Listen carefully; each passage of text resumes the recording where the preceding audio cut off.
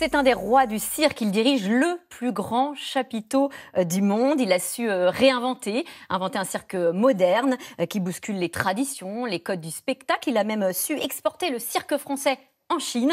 Bonsoir Alain Pachery. Bonsoir. Vous êtes le fondateur, directeur du cirque Phénix, 5500 places sous votre chapiteau. Il se trouve dans le bois de Vincennes, à Paris. Ça fait 20 ans que vous faites rêver des générations de familles. Noël, c'est traditionnellement une bonne période pour vous. Est-ce que c'est toujours le cas ? Oui, c'est toujours le cas. C'est souvent la période où on emmène les enfants au spectacle. Et le cirque est souvent le premier spectacle qu'un enfant voit. Même avec les gilets jaunes, les grèves, est-ce que ça a des conséquences pour vous sur la fréquentation ? Je ne peux pas dire si j'aurais plus de monde s'il n'y avait pas les grèves, mais nous sommes déjà à plus de 350 000 places vendues, donc c'est une bonne saison. Ça n'a pas d'incidence directe ? Ça en a peut-être que les séances sont un petit peu moins remplies. Il y a des gens qui ont des difficultés à arriver, mais la majorité des gens viennent quand même. Alain Pachery, vous êtes une personnalité incontournable du cirque. Pourtant, vous n'êtes pas du tout du sérail. On parle des familles Bouglione, Grus, Zavata. Comment est-ce que vous êtes tombé dans la marmite du cirque ? En fait, j'étais passionné de spectacle en étant jeune et je voulais absolument faire quelque chose dans le milieu du spectacle. Je ne savais pas quoi. J'avais eu la révélation en voyant Johnny Hallyday dans les années 63 à l'Olympia. Et puis, au fur et à mesure de ce que j'ai avancé, j'ai réussi à rentrer dans le spectacle, d'abord pour m'occuper d'orchestre, et puis il n'y avait pas suffisamment de travail en s'occupant que d'orchestre. Donc, j'ai cherché à faire des spectacles de fin d'année, des fêtes de Noël, avec des artistes de cirque. Et c'est comme ça que j'ai rencontré Annie Fratellini et Pierre Etex en 81, qui m'ont fait découvrir un cirque différent déjà en 1981. Là, vous parlez de Johnny Hallyday, c'est quoi le rapport avec le cirque ? Alors, aucun. Mais ça a été pour moi le premier spectacle, à part le spectacle de cirque où ma mère m'avait emmené, le premier spectacle que je voyais à l'Olympia. Et j'ai été subjugué par les danseuses, par les lumières, par ce monde magique. Je suis ressorti avec des émotions.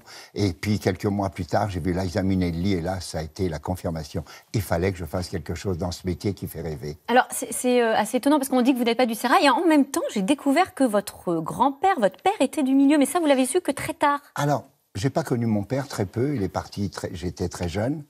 Et puis une cousine qui a vu mon nom, elle portait le même nom que moi, elle a appelé chez moi pour savoir si on avait un lien de parenté. Et c'était une cousine germaine. J'ai pas connu mes grands-parents, elle avait connu nos grands-parents et c'est elle qui m'a révélé, j'avais déjà 40 ans, que notre grand-père avait été trapéziste.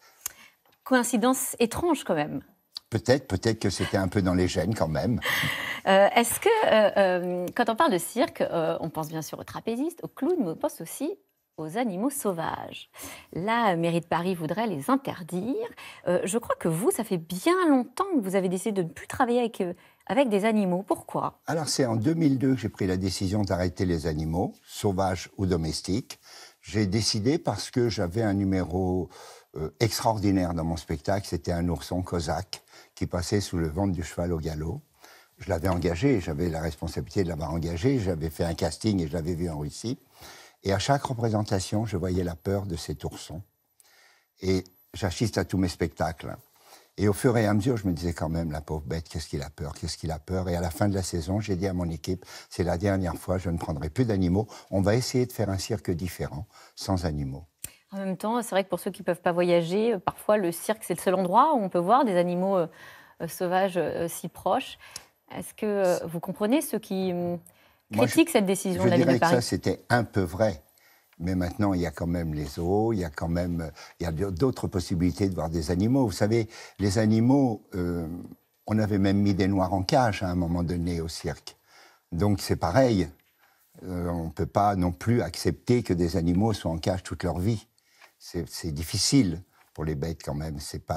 Un fauve, ça court à 70 km/h. S'il est en cage toute sa vie, il a beaucoup de douleurs. Donc tout ça m'a fait réfléchir et c'est pour ça que j'ai pris cette décision. Et ça n'a pas du tout empêché finalement le succès que le cirque Phénix a connu. On va parler de l'origine. Votre premier chapiteau, on est en 99, coup du sort.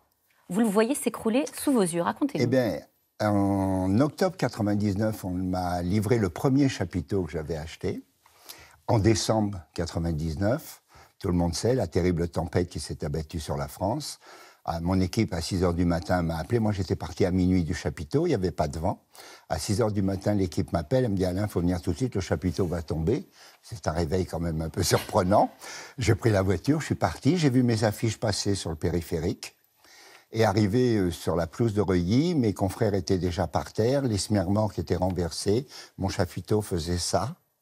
Et dans un fracas énorme, il s'est écroulé. Et quand je l'ai vu tomber, je me suis dit, pourvu que je sois bien assuré. Et alors, est-ce que c'était le cas? C'était le cas. Mon assureur est arrivé très vite parce qu'il a entendu qu'il y avait un gros souci. Et il m'avait fait cocher la croix, tempête. Ça La bonne case. La bonne case. Donc j'ai pu être remboursé. Et quand j'ai vu mon chapiteau, je me suis dit, si je peux en refaire un, je vais l'appeler Phénix, parce qu'il renaîtra de ses cendres. Et puis je vais le demander sans mât, ce que je n'avais pas pensé la première fois. Sans mât? Sans mât, c'est-à-dire pas de mât interne qui gêne la visibilité du public. D'habitude, les chapiteaux, on les pousse et on les tire après. On tire une toile autour du mât. Voilà. Et bien là, moi, j'aurais dit aux fabricants, j'aurais dit, voilà, on va refaire un chapiteau, mais je le voudrais sans mât pour pas que ça gêne la visibilité du public. Ils m'ont pris pour un fou au départ. Alors j'ai insisté, j'ai dit, mais enfin, à San Francisco, il y a un pont qui pèse des tonnes, qui est tenu par des câbles. Moi, je vous demande un petit morceau de toile, vous allez bien trouver une idée. Et ils l'ont trouvé, l'idée, et c'est le Phénix maintenant. Alors chaque année, le Cirque Phénix invite de nouveaux artistes qui viennent des 4 coins de la planète.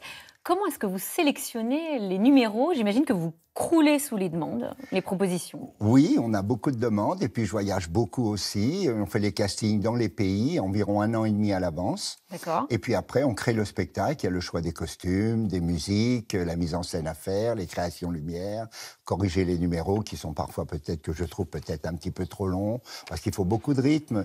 J'ai un public très large, des enfants de moins de 3 ans. J'ai eu 18 mois hier à la séance. Et puis j'ai eu une fois un centenaire, donc j'en profite pour dire que j'ai un public de 18 mois à 100 ans. Donc j'ai un public très large et il faut qu'il y ait du rythme dans le spectacle. C'est quoi le secret d'un numéro réussi? La performance, du jamais vu? Alors, tout ça, c'est un peu mélangé, parce que vous pouvez avoir un numéro de bar russe, par exemple, et que le voltigeur fait un quadruple saut périlleux. Même si c'est un numéro classique, la performance est extraordinaire. Et puis, vous pouvez avoir aussi quelque chose qui est moins performant, mais dans lequel il y a beaucoup de poésie et qui touche les gens. Donc, c'est un petit mélange de tout ça pour réussir un spectacle de cirque. Et puis, surtout, il faut entendre des hauts et des bas, il faut être surpris, il faut être étonné, il faut être ému par certaines choses. Il y a un numéro qui vous a frappé particulièrement, que vous appréciez particulièrement? Oui, il y a un numéro qui m'a tiré les larmes. C'était en 2003, quand j'ai fait venir le cirque de Pékin. Il y avait une danseuse étoile qui était... Alors c'est compliqué parce qu'elle faisait des pas sur les pointes, sur son partenaire. Et elle finissait en pointe sur le crâne de son partenaire en faisant une renversée totale du corps. C'est-à-dire, il fallait qu'elle bascule le corps, les jambes en avant et tout le corps en arrière pour tenir en équilibre. Et à la fin du numéro, il prenait sa partenaire dans la main, comme ça, en pointe, et il faisait le tour de la scène. C'était un numéro qui a bouleversé des centaines de gens. Et je me souviens avoir eu la directrice de l'Opéra de Paris dans la salle qui...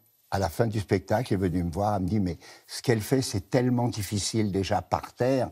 Comment fait-elle pour le faire sur son partenaire? Est-ce qu'il pourrait venir à l'école de danse pour montrer aux enfants, aux élèves de l'école de danse leur travail ?» C'est ce qui a été fait. Dans la cantine de l'école de danse, ils ont fait le numéro. Les gosses étaient bouche bée. Époustouflant. Alors cette année, votre spectacle met à l'honneur des artistes de Mongolie. Oui. Le spectacle s'appelle Les Étoiles de Mongolie. C'est un tout petit pays entre la Chine et la Russie, pas particulièrement connu pour son cirque. Comment vous êtes venu c'est vrai. Alors, la Chine, 1,5 milliard d'habitants, au nord. Au sud, la Russie, 180 millions d'habitants. 2 600 000, la Mongolie. Et 2 400 000 à Paris, vous voyez. Donc pas si. Et 2,5 fois la superficie de la France. Si ça. Donc c'est vraiment un peuple de nomades qui se déplace à cheval, à dos de chameau et souvent avec sa yourte. Et j'ai été séduit par cette école de cirque de Mongolie parce que le directeur est venu me voir, avait demandé un rendez-vous par l'ambassade et il m'a expliqué que dans son pays, il y avait une tradition, il y avait la yourte, bien sûr, les gens se déplaçaient avec, et que peut-être au début du spectacle, on pourrait commencer le spectacle en en montant une yourte sur scène à vue du public. Et ça, l'idée m'a accroché au départ. Parce que je dis, c'est quand même une découverte. Voir quand même se monter une yourte, c'est quand même incroyable. Et ça, c'est un des personnages finalement principaux, la yourte de votre spectacle. Mais voilà. C'est l'ouverture du spectacle. Une dernière question très rapide. Bon, vous avez évidemment réalisé les cirques de vos rêves. C'est quoi le prochain défi? Le prochain défi, c'est Gaïa, la déesse de la Terre. Ce ne seront que des femmes qui seront dans le spectacle. Et on va raconter... Le sous-titre du spectacle, c'est « Garçons de piste », parce qu'on ne voit que des garçons de piste et jamais de femmes. C'est un spectacle où il n'y aura que des femmes. Magnifique. Et on va raconter l'histoire des femmes au cirque aux enfants. Eh bien, alors, nous serons là aussi pour le voir d'ici un an, c'est ça? Exactement, ce sera à partir du 21 novembre. Merci Alain Pachery, merci d'être venu sur notre plateau. Je rappelle qu'on peut voir les étoiles de Mongolie en ce moment même, c'est jusqu'au 19 janvier, puis ensuite en tournée partout en France jusqu'à la mi-février. Tout de suite, c'est dans l'air avec Axel de Tarlé qui revient sur la réforme des retraites, la situation qui s'enlise à la veille des fêtes de Noël. Le gouvernement misait sur une trêve, eh bien c'est raté. Axel de Tarlé et ses invités, c'est tout de suite. Bonne émission à vous.